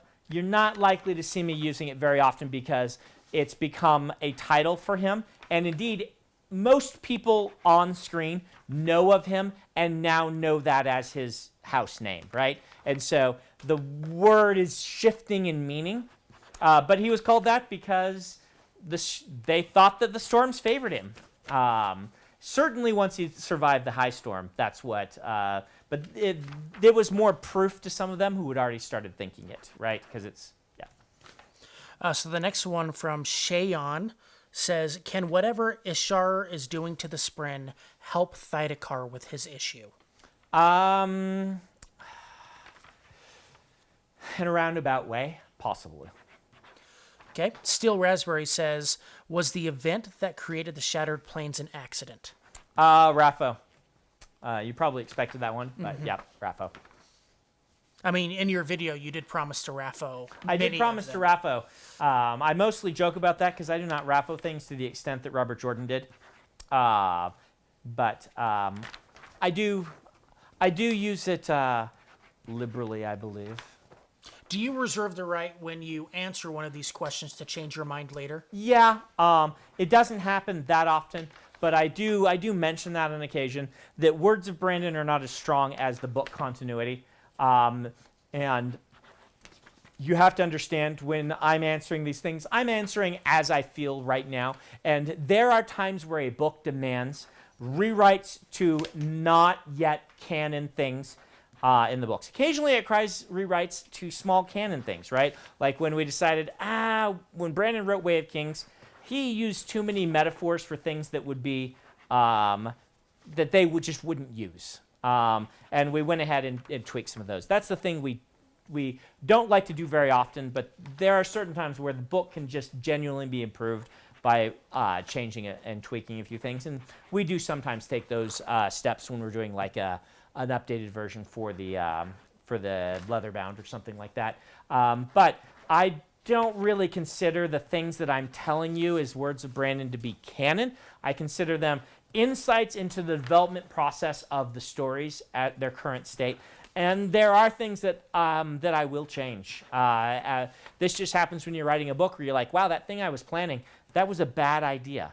I can either keep consistent with what I have said and what I was planning and make a worse book, or I can make a stronger book. And so I try to consider the books as they're written to be canon, revising at that point, except for things that I have, ways I have tricked you and things like that. I try to avoid that, but I do not take much into consideration what I have said. I do take it into consideration, but I don't take it into. It's not going to prevent me from writing a better book. How about that? That's a great answer. Yeah. Let's see. Sweet Shazamel wants to know if there's a real-life analog to what the singers sound like when they're speaking to the rhythms. So, is there? Let me get back to you on that. Okay. This is actually no, that's a raffo, but it's a raffo with an explanation. I have tried to find one that I like. I have not yet found one that I like.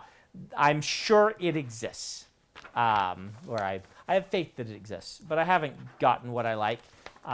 We will definitely have to have one when we make the television show or movie, which I am fully confident that someday we will. And so if I were to say yes to that now and talk about some of the ones I think are kind of closer, then we may have to just change that entirely when we make the television show. So, and I do consider Stormlight television more likely than film, which is why I say it like that. But who knows, right? Who knows? Just break up each film into 3 parts. Yeah, break up each film into 3 or more parts. Yeah. I mean, there is a world where we could conceivably do Way of Kings as a film, a longer film, 2.5 hour sort of film, where the big streamline that would have to happen is Yasna would have to be at the Shattered Plains, not at Kharbranth, and Shallan would have to find her there and kind of become her ward, and we see Dalinar's story through Shallan's eyes as she is going through her plot, rather than having quite as many. Like, Dalinar doesn't become a viewpoint character in that version of the book. We see him as through Shallan and Adolin's eyes, basically, mostly through Shallan as, and we do our A story as Kaladin and our B story as Shallan. But you know, that is not unlikely that we would do even if we did a television show. We would just then expand those parts, and everyone agrees. I'm sure they all agree in the chat. It just works better as a 9-episode miniseries in this new style than it would. Yeah, people in the chat are going, no, no movie. moving Shallan to the Shattered Plains, I think, is a good move, regardless of what we do. Because even if you do a television show, like The Way of Kings in audiobook is like 50 hours, right? And a television show would be 9 hours. You still need to shrink a whole bunch. Like, when you guys see the Wheel of Time television show, they did a fantastic job. They still had to cut out a ton, right? Even with 8 or 9 episodes or whatever. I think they're doing 8. You just can't fit it all. And so I do kind of feel like that would be a good move, but we'll see. That is why I won't do it most likely until Mistborn has been done, because Mistborn is the proof of concept to get everyone on board for Way of Kings. And people say, do Way of Kings as animated. While I'm not opposed to the idea, I think a good animated version could be done. If we made an animated version of the Stormlight Archive, it would play only to our fans, right?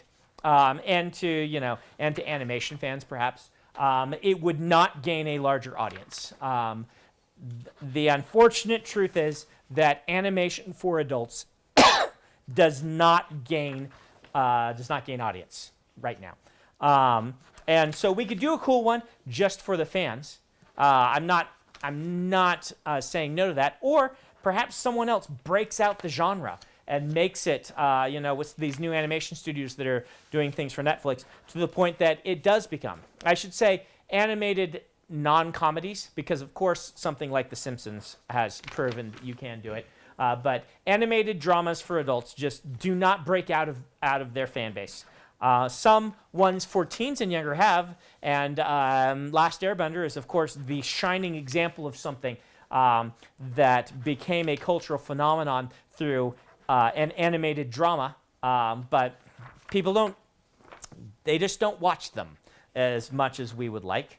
And the main reason for me to make a television show of Stormlight is to try to reach a different audience, a larger and different audience of people who are not willing to pick up a 400,000 word book, but who would enjoy the story quite a bit. That is one of the purposes of doing a new medium, in my opinion. And so I am hesitant about animation for that reason. It's an unfortunate, right, aspect. Like, I wish it weren't the case, but it is the case right now, which means that we would not get the budget that we would want. Even for animated, we would not get the budget that we want. We would not get the promotion that we want, and we would not reach the people. We would reach you guys who want to see it. And that might be enough of a reason to do it. Don't get me wrong. That's why I say it's not off the table. But I would want to see what a Final Empire film does, and the reception first of that. And if that didn't work for some reason, then I might say, all right, let's just make the best Stormlight animated that we can, so that we have it as a fandom, and that I can just make this cool thing. And then maybe we would do that. But I'm hoping that what happens is we're able to do a Mistborn film that is successful. And then I can use that to say, all right, let's do a television show. You might say, Brandon, people are doing Witcher. People are doing Wheel of Time. So couldn't you sell that first? It is a possibility. It could happen. The problem is people read Stormlight and they say, number one, this is huge, and number two, all of these Sprennan things are going to cost a lot of money, a lot more money than The Witcher costs, because The Witcher you can go film on scene. Now, something's changing in that regard. This is going a different direction, but The Mandalorian is changing some things in, I think, exciting and good ways. And I really enjoy The Mandalorian. I think it is really well made, but we're not going to talk about the narrative aspect of it. We're going to talk about the aspect that Mandalorian is basically all CG with very small sets. And about like the curved yeah, panels. Okay. Yep. Like they definitely do build physical sets, and they're really good at blending the practical effects, the physical effects, with digital effects. But to the point that you're never quite sure, is that CG or is that a set? But much more of it is CG than we expect. And I think what that is doing is opening the doors for much more fantastical worlds done in the same manner. Because basically all of Stormlight would have to be CG, right? Like just almost everything about it. You could maybe get a few shots in southern Utah and some of the canyons, but maybe not, right? I think that anyone looking at that says this is basically all a giant CG thing. And that's expensive right now. But if those costs come down because of new technology that is making it, and CG is coming down in expense over time, then perhaps. But for right now, when I go to Hollywood and I say, I have this cool thing called the Stormlight Archive, let's make a television show, they come back and say, this is too expensive for us to justify right now. So that's why there's not one yet. Okay. Kevin Andra says, in the vision Dalinar had in Way of Kings where he was flying with another Radiant, he asks how to summon his armor, and the Radiant he's with acts confused and tells him to talk to the Quartermaster, or something along those lines. Yes. Did Radiants lend out their armor to lower rank Radiants? This did happen in the past. So. Okay. The next one is from Edwin. He says, does the Night Watcher's boon and curse still affect Taravangian now that he is Odium? Rafa? Good question.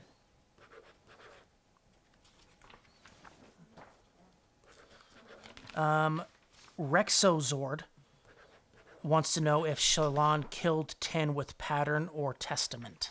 So that's that goes back to those ones where I'm going to let the fan base theorize on it a little longer. I think this one is pretty clear, but I'm going to let you guys work on those timelines, and then eventually we will release our timeline, and we can see how well you did. But this is one of the things I expected people to theorize on once the book came out, and I would like to see. And I would like to see how good a job I did. If there are holes across these 10 years of writing this series that I did not consider, that you guys find, because you totally can do that. I am definitely not flawless when it comes to these things. The next one from Link Law wants to know who Renarin's crush is. Renarin's crush. Yeah, it's the spoiler stream. Should I answer this? I don't know. Or is it more fun? I think you had nice subtle hints. I think you should wait. You think I should wait? Yeah, but it's your book. Okay, how about this? It is not supposed to be. I'm not trying to be tricky. Okay, if you think it is someone hinted at by the book, that is who it is. Right? It is not meant to be. I'm not pulling a fast one on you. Basically, I am letting the characters come to their own realizations as they move through the story. But I have liked how it has grown, and I am not planning to change it, and I am not planning to be tricky with you about this. And I think you were subtle enough and obvious enough, because many people in the chat have guessed. Yes. So not supposed to trick you, but also people are saying it. I'm not. Well, they're saying lots of things, I assume. No, they're not. So Adam just undid my Rapho. Yeah. Oh, I thought you said that you were saying it. Okay, my bad, everyone, and you're welcome. Yeah. Basically, I can't. This is what happens when I read and not listen. Right. I can't see the chat, but as Robert Jordan says, this should be intuitively obvious to the casual observer. I expect this one to be obvious. I'm not trying to trick you. But it hasn't, the characters have not reached the same conclusions that their emotions have yet. Does that make sense? Yes. Also, it's 7:50. You just finished Okay, the stack. Do you great. wanna... Let's do just a little bit more. We lost some time at the beginning with Jello. And so we'll give them, we'll maybe go to 7 or to 8, 10 if that's all right with everybody. Yeah, smaller stack. But yeah, this should come out in book 5. So you shouldn't have to wait till the back 5 for anything to happen there. I have many people thanking me in the chat. Oh boy. Yep. That reading and It's okay, Adam. yeah. That's all right. That happens. I didn't say it. I don't know what's being said in the chat. That's true. No idea. So I could be lying, yes, everyone. those who want to preserve their sense of discovery can not read the chat or can have plausible deniability that maybe Adam just didn't understand and was reading and talking at the same Yes. time. If you want to pretend that this is a secret and is not an open one narratively. And maybe I'm, oh geez, I just forgot the term. The unreliable narrator. Yes, maybe Adam's the villain. Yeah. Oh, yay. Yeah, so. I tricked them. Okay, so BBM wants to know if Hoyd has ever used allomancy on Roshar or in the Stormlight archive. Yes. On screen, he has. On screen. Yep. Yeah. I've mentioned times when he's pulled on emotions. Yeah. Or pushed on emotions. I think I have to look at that scene, see which one he's doing. But he is playing with people's emotions using allomancy in a very obvious way. There are other places. He doesn't do it a ton. Wit, as you can see in Rhythm of War, considers too extravagant use of the various arts to be cheating to an extent, because it makes things too easy. There are other reasons to not do it, though. He would also he would become visible very quickly to entities to whom he wishes to remain non-visible if he were aggressively using allomancy. Allomancy is not a very quiet skill. I wouldn't be surprised if this one's a Rapho. Yep. But Nauf says, was the reason Radiants could safely break oaths before the Recreants without resulting in dead eyes because the bondsmith broke the bond for them? Rapho, good question. I thought that was a good question. Yeah. The next one from Adam, not me. Did Zyle visit the Night Watcher? Rapho. Yeah. The Vanilla Rogue says, you mentioned having to pull and plot from the future books for Rhythm of War because it was originally going to have more flashbacks. What sorts of things got moved up? What got moved up? Let's see. What was I thinking of when I said that?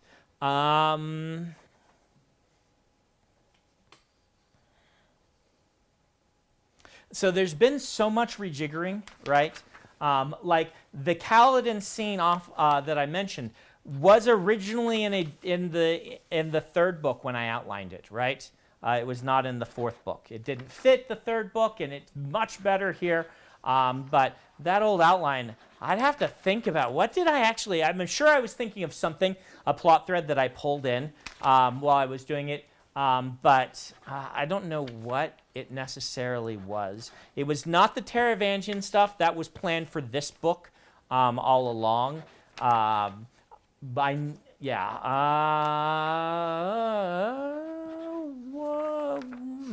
don't remember what it was. I'm sorry. This is just me. I'm sure I was working on a scene where I'm like, oh yeah, I planned to do that later, and now I'm doing it here. I have no idea what it was. Sorry. Yeah, you say a lot of things. It's surprising I that do. you can keep track of as many as you do. I say I read a lot of things, and I read a lot of things. So, yeah. And I just made it to a part in a chat where obviously you said something mind-blowing because everyone's like, what? I have more questions. Oh, did I? I wonder what that was. Let's see. Scroll down a little bit more.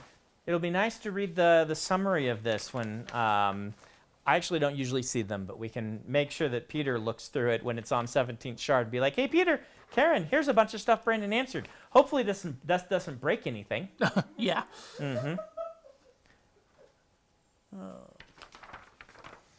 Once in a while. Well, I like breaking Karen's timelines. It's a lot of fun. Okay, so the next one from Jamlian. Jamlian.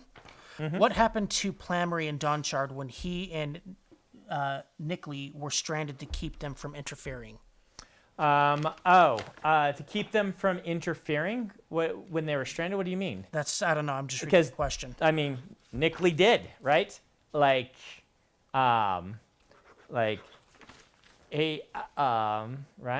So what happened to Plamry and Dawnshard when he and Nickley were stranded to keep them from interfering? I get it. What happened to Plamry at the end? So he was not involved in any of it. He got left when his friend and superior melted into bugs. He's probably having a hard time with that. But he was left there and then recovered at the end of the book after the last chapter. That's what you're asking. I believe that's what you're asking. So Plamry is okay. Physically, what it does to various people to watch people you have known melt into bugs is depends on the individual. I've been waiting so long to do more stuff with the Hordes. They are one of the very first science fiction races that I developed long ago. They actually appeared in Star's End, which is my second novel, which is terrible. And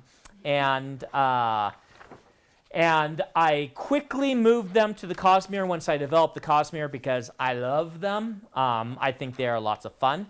They do all kinds of cool things. I like that they have these, swarms that are. I really like that that there's a really legit species that you refer to as it, because that's what they are. Like that's how they see themselves, the swarms. And they're one of my favorites. But they did not match being part of the main narrative, the Stormlight Archive.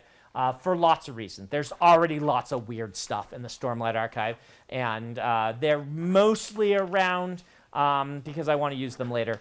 So I was really happy to be able to write a book where I inserted a viewpoint. I don't know if has the digital art package gone out yet? I think it's early Not next yet. year. We're looking early next year. When the digital art package comes out, you'll see one of the big revisions I did to Dawnshard was I didn't have viewpoints from him originally, Nickley, because I wanted to maintain the mystique of them. And I realized after the beta read that the coolness of seeing through their eyes was more important, and indeed there was an issue with Dawnshard where I expected, because people had read the Oathbringer and the scene in Oathbringer, that they would immediately pick out who the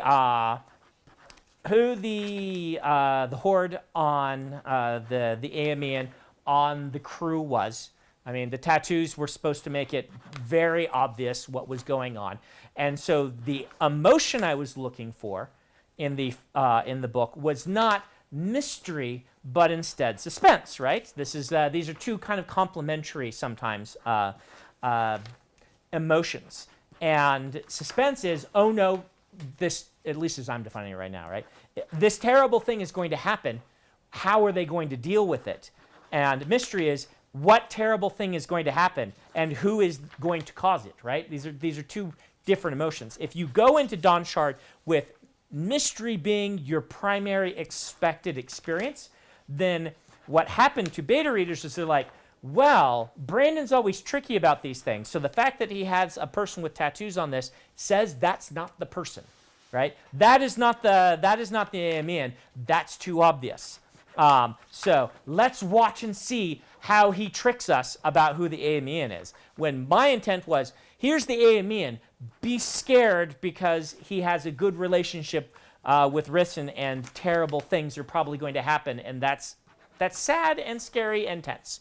And so I realized after reading the beta read, I'm like, oh, this is not landing. I need to add a viewpoint as early as I can realistically get it in the story that says, no. This is the Aeamian. This is the Horde. You're right. You're supposed to be worried about that, not questioning about that.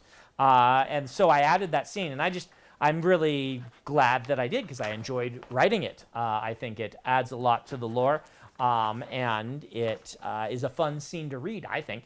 So I'm very happy for the beta readers being confused on that point, because then I think the story landed way better for a lot of the readers because they could let go of wondering who the Aeamian is and focus on the emotion that the story was actually stoking in them, which is the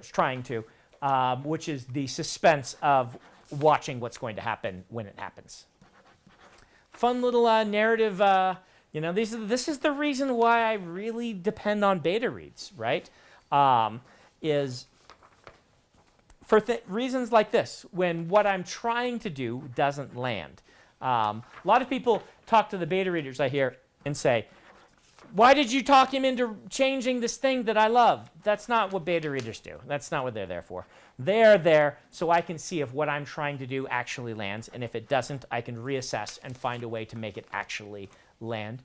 Because if you read all of Dawnshard with thinking that the mystery of who is the Aeamian is supposed to be the big reveal, and then it just turns out to be the most obvious person, you'd be like, wow, that mystery was lame. Hopefully, instead of you read it saying, oh, there's an Aeamian on this crew, I see who it is, they're going to try to kill the people on board. That's sad. Hey, I'm kind of liking this character. Who is that? That's even sadder. How is this ever going to get resolved? So hopefully that's the emotion you had. So this next question from Dowlin I thought was pretty interesting. They say, is it easier to travel in the cognitive realm because people in the physical realm don't understand the immensity of space and their lack of comprehension condenses the cognitive realm? I'd say that's a factor. Yeah, definitely. Definitely a factor. I think it's impossible to comprehend the immensity of space, even with all the visualizations that I have seen. I mean, how can you? Yeah. So, yeah, definitely. Good question.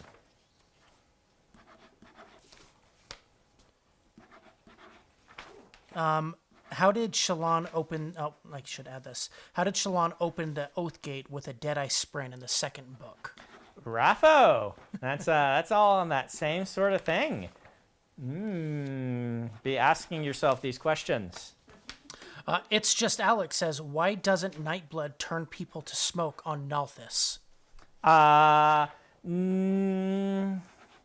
Raffo, but mostly because I want to make sure I get my story straight on that.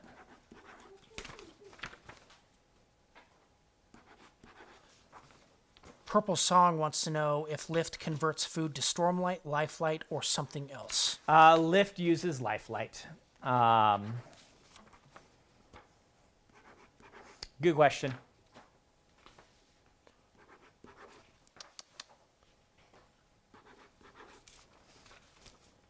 Adam, another one, says, is the important part of the fourth oath of the Windrunners forgiving yourself?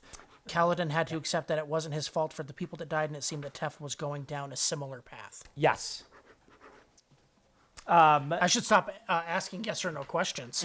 I can expand on this one. It doesn't mean that every one of them will take exactly the same shape, but that is a major component in that oath. Speaking those words involves that for most Windrunners. How about that? I do think I like the oaths being a little more flexible. along those lines, just because they work for more people that way, right? I like that the oaths express individuality of the person and the specific things that they're working on and getting better at and learning through the process. But yes. Chloe asks, what words did Wit whisper to the doll he made at the end? Raffo. Just yes and no and Raffo questions. That's all I'm Yep. finding for you. Yeah. Try to find us one good end one, because I'm almost done with this stack, and I think we will be done then.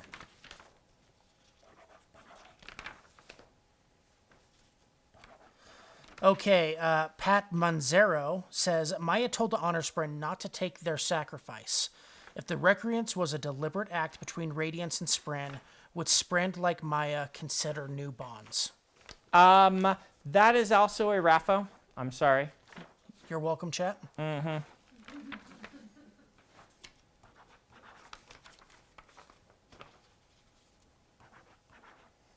I haven't been repeating the questions, have I? No, that's okay. Yeah. It's not the end of the world. Mm-hmm.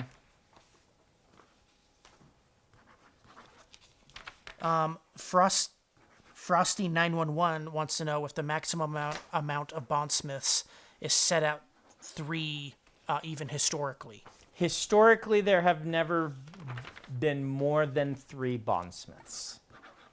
That was very well phrased. Yes, yes, it was. At one time. Yes. Yeah. It was hard for me not to ask a follow-up. Mm-hmm.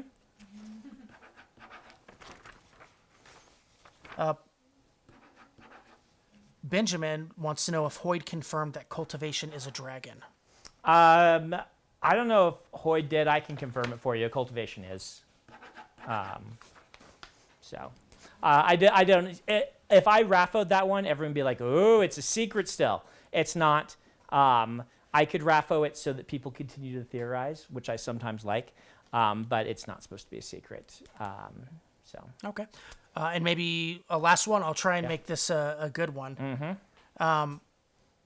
Who owns the shop that Kaladin finds the missing flute and the wooden horse? Is that anyone significant? It is. There is significance to how those items arrive there, but the significance does not directly involve the person selling them. There we are. All right. Thank you, guys. I wanted to announce we're all kind of feeling kind of sad because there's no New Year's parties for a lot of us this year. So we decided we'd do a New Year's stream. I will be here probably with various family members. My son Dallin really wants. He's the 10-year-old.